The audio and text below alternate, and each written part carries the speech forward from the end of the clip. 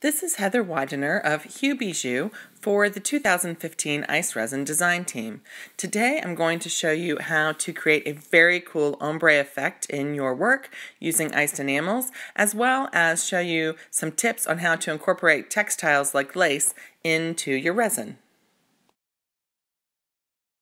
The supplies for today's project include ICEResin, iced enamels medium, stir sticks, a permanent marker, a disposable brush, some lace, some mixing cups, and then iced enamels and acrylic paint in the colors to suit your palette. I went with the blue and white theme, so my paint colors were white and ultramarine blue, and for my ombre effect with the iced enamels, I used iced enamels in pewter, turquoise, and ivory relique. You will also need a heat gun and a heat-resistant surface like a scrap piece of tile to process your iced enamels. The first thing we need to do to prepare for this project is prep our lace. I like to give the lace a very thin coating of white acrylic paint to help it maintain its bright white high contrast appearance in the finished piece and to help prevent it from absorbing too much resin and disappearing. The lace will dry overnight just to ensure that it is completely dry before I put it into the wet resin. To help give you a sense of the difference, the piece on top in this image has been coated with a very thin application of white acrylic paint, and the piece on bottom has not. You can see that the piece on top is a little bit thicker and more substantial looking, but still maintains the laciness of the piece on the bottom. The next step for this project is arguably the most important step and also the most complicated, and that is to create your palette of colors for your ombre pattern. I decided that I wanted to have 5 different shades of the turquoise relique iced enamels in my ombre.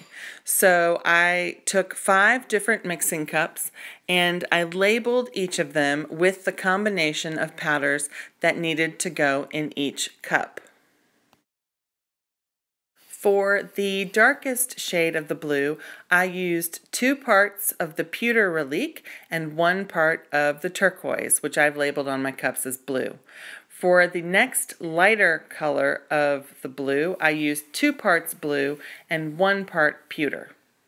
For the next color in my ombre pattern, I used just the plain blue pigment of the turquoise relique. And then continuing in the ombre pattern to get lighter, the 4th component included 2 parts of the blue and 1 part of the ivory relique, and then the final color, the 5th color, the lightest color, included 2 parts ivory and 1 part blue. So once again, here are the 5 colors in my ombre pattern laid out in order from darkest to lightest. Now you're ready to apply your iced enamels medium to the bezel. You want to apply it only to the first section of the bezel where you will place your first color in your ombre pattern. And it doesn't matter whether you start with dark or light, you just need to pick one and go in that direction. Once all of the colors are in the bezel for your ombre pattern, apply heat using your heat gun to melt the iced enamels into their finished state. For a bezel this size, it will take several minutes to get the bezel and the iced enamels heated sufficiently to create the melt effect. Prepare a small batch of ICEResin according to the package instructions for application on top of your layer of iced enamels. I wanted to have a slightly deeper, darker blue in my bezel than the color that's created simply from the iced enamels and the turquoise. So I added a small amount of ultramarine blue acrylic paint to my resin to alter the color of the iced enamels in the bezel.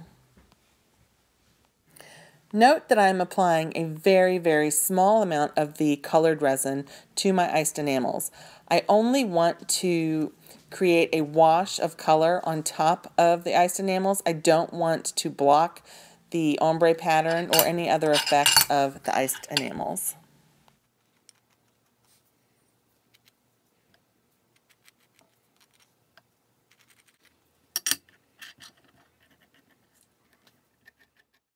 To create more visual interest in my bezel and add just the wash of additional blue that I want on my turquoise, I then removed the majority of the tinted resin from the center part of the bezel, leaving just a very light wash of the blue and a darker wash of tint around the edge of the bezel.